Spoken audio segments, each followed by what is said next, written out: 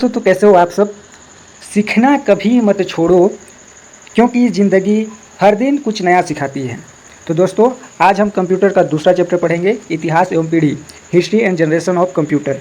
ठीक है, देखो, आधुनिक कंप्यूटर का विकास लगातार प्राचीन काल से निर्मित गणक यंत्र के आविष्कार के परिणाम स्वरूप विभिन्न समय अंतराल में विकास एवं उपयोग के परिणाम स्वरूप प्राप्त हुए, जिसका विकास क्रम निम्न प्रकार माना जाता है। तो ये सारणी में दिया हुआ है, इसको एक एक करके देखना। बहुत कितना है, 12 है। तो एक एक करके नहीं देखेंगे क्योंकि वीडियो लंबा होता है ना। तो इसको आप लोग पढ़ लीजिएगा, स्क्रीनशॉट ले लीजिए।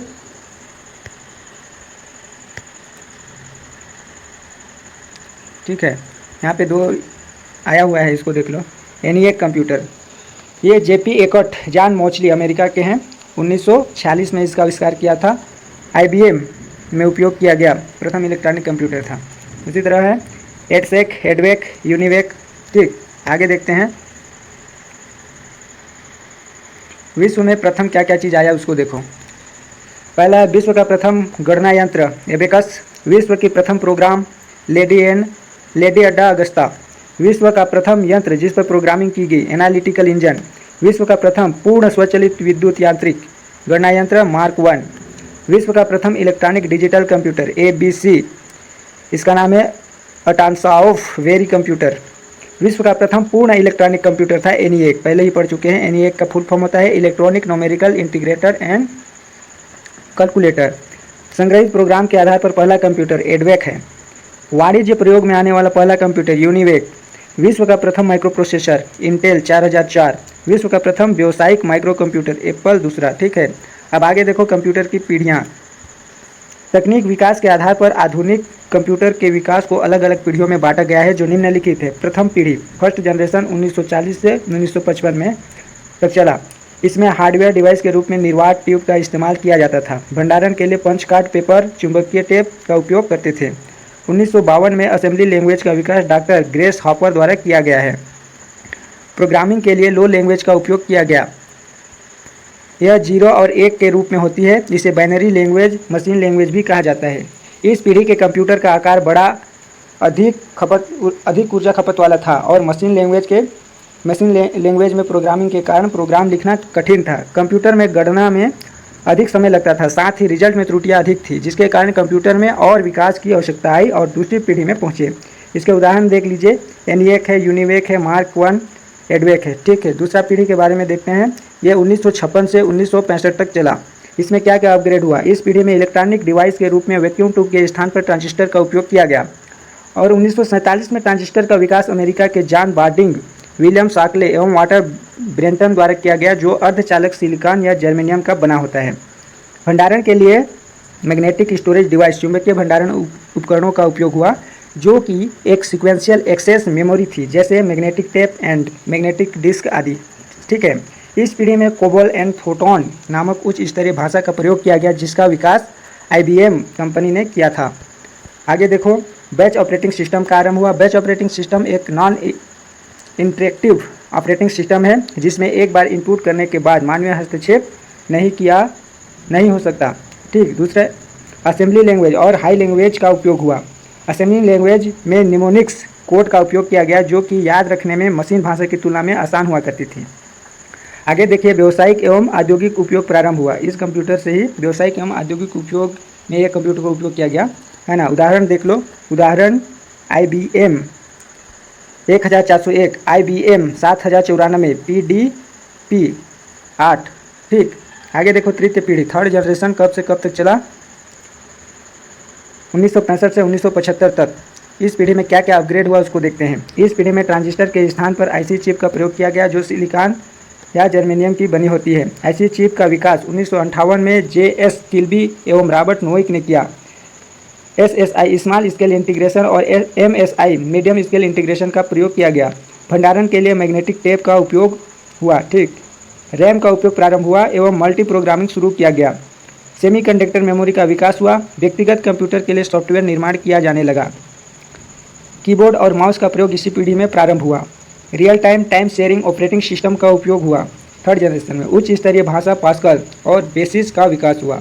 अब उदाहरण देख लो, थर्ड जनरेशन में कौन कौन से कंप्यूटर थे। देखो उदाहरण के लिए IBM 360 और NCR 395, B 6500 था। फिर आगे देखो, अच्छा यहाँ पे IC चिप को भी देख लो, ये है IC चिप। क्या है IC चिप? IC चिप ये वाला है, क्या चीज़ का बना है? सिलिकॉन और जर्मेनियम का। ठीक, अब आगे देखो चतुर्थ पीढ़ी, फोर्थ जनरेशन कब से कब तक चला? 1975 से 1990 तक। इसमें क्या क्या अपग्रेड हुआ इसको देख लो। VLSI very large scale integration का उपयोग हुआ, जैसे कि माइक्रो प्रोसेसर की क्षमता वृद्धि, IC चिप है ना, इंटीग्रेटेड सर्किट और माइक्रो प्रोसेसर का विकास होता है। 1971 में IE हॉब के द्वारा माइक्रो प्रोसेसर का विकास किया गया। आगे देखो भंडारण के लिए सेमीकंडक्टर मेमोरी डिवाइस का उपयोग हुआ, एग्जाम्पल के लिए रैम की क्षमता में वृद्धि है ना। आगे देखो इस पीढ़ी में पर्सनल कंप्यूटर का विकास हुआ, जिसे 1981 में IBM कंपनी द्वारा प्रथम PC कंप्यूटर का विकास किया गया। आगे देखो multi user multitasking operating system का उपयोग होता है। आगे इस पीढ़ी में कंप्यूटर नेटवर्क LAN एवं WAN का विकास हो चुका था, यानी कि LAN और WAN का फुल फॉर्म क्या होता है? लोकल एरिया नेटवर्क और वाइड एरिया नेटवर्क होता है। इस पीढ़ी में पहली बार GUI ग्राफिक यूजर इंटरफेस नामक सॉफ्टवेयर का विकास हुआ। इस पीढ़ी में C भाषा का विकास हुआ। C भाषा का विकास डेनिस रिची ने 1971 में किया। मिनी कंप्यूटर का विकास हुआ। ऑपरेटिंग सिस्टम में MS DOS, MS Windows, Apple OS तथा यूनिक्स का विकास हुआ। उदाहरण के लिए कौन कौन सा है इसमें देखो, IBM PC 11 है ना, इंटेल 4004 चिप, ये सब था। आगे देखो पंचम पीढ़ी, पाँचवीं पीढ़ी, ये कब से कब तक चला? तो 1990 से अब तक जितना भी कंप्यूटर आया है वो पाँचवीं पीढ़ी में आएगा। इसमें क्या क्या अपग्रेड हुआ? इस पीढ़ी के कंप्यूटर में कृत्रिम ज्ञान क्षमता आर्टिफिशियल इंटेलिजेंस का प्रयोग किया जा रहा है, जो स्वयं परिस्थितियों के अनुरूप निर्णय ले सके। उदाहरण के लिए रोबोट, अभी रोबोट वगैरह देखो अपने से चलता फिरता है ना। और दूसरा है ULSI ultra large scale integration और SLSI super large scale integration का उपयोग हुआ। आगे है IC चिप, माइक्रो प्रोसेसर का उपयोग होता है। माइक्रो प्रोसेसर की क्षमता में वृद्धि हुई। Dual core, quad core, octa core micro processor का निर्माण हुआ, जिसमें पैरेलल प्रोसेसिंग होती है। आगे देखो भंडारण के लिए ऑप्टिकल डिस्क का उपयोग हुआ। ऑप्टिकल डिस्क में क्या क्या आता है? CD, DVD, ब्लू रे डिस्क है ना, HVD, होलोग्राफिक वर्सेटाइल डिस्क बोलते हैं। ईमेल का उपयोग हुआ, इंटरनेट www का विकास हुआ, ये सब का विकास हुआ। फिर मैग्नेटिक बबल मेमोरी के प्रयोग के भंडारण क्षमता में वृद्धि हुई। लैपटॉप, नोटबुक, स्मार्टफोन के साथ एम्बेडेड कंप्यूटर का विकास हुआ। आगे नोट कुछ पॉइंट इंपॉर्टेंट है, इसको देख लो क्या क्या दिया है। ये चार्ल्स बेबेज को कंप्यूटर का जनक, फादर ऑफ कंप्यूटर कहा जाता है। आधुनिक कंप्यूटर का जनक एलन ट्यूरिंग को कहते हैं। प्रथम प्रोग्रामिंग लैंग्वेज का नाम एडा था। प्रथम प्रोग्रामिंग लैंग्वेज का नाम क्या था? एडा। इनाइक प्रथम इलेक्ट्रॉनिक कंप्यूटर है। सिद्धार्थ भारत में निर्मित प्रथम पर्सनल कंप्यूटर है। विश्व का पहले कंप्यूटर बनाने वाली कंपनी IBM अमेरिका में है। IBM अमेरिका में है। IC में सर्किट सिलिकॉन मेटल तथा जर्मेनियम से बनाए जाते हैं, जो अर्धचालक हैं। IC चिप क्या क्या का बना होता है? सिलिकॉन और जर्मेनियम मेटल का बना होता है। और कंप्यूटर का वर्गीकरण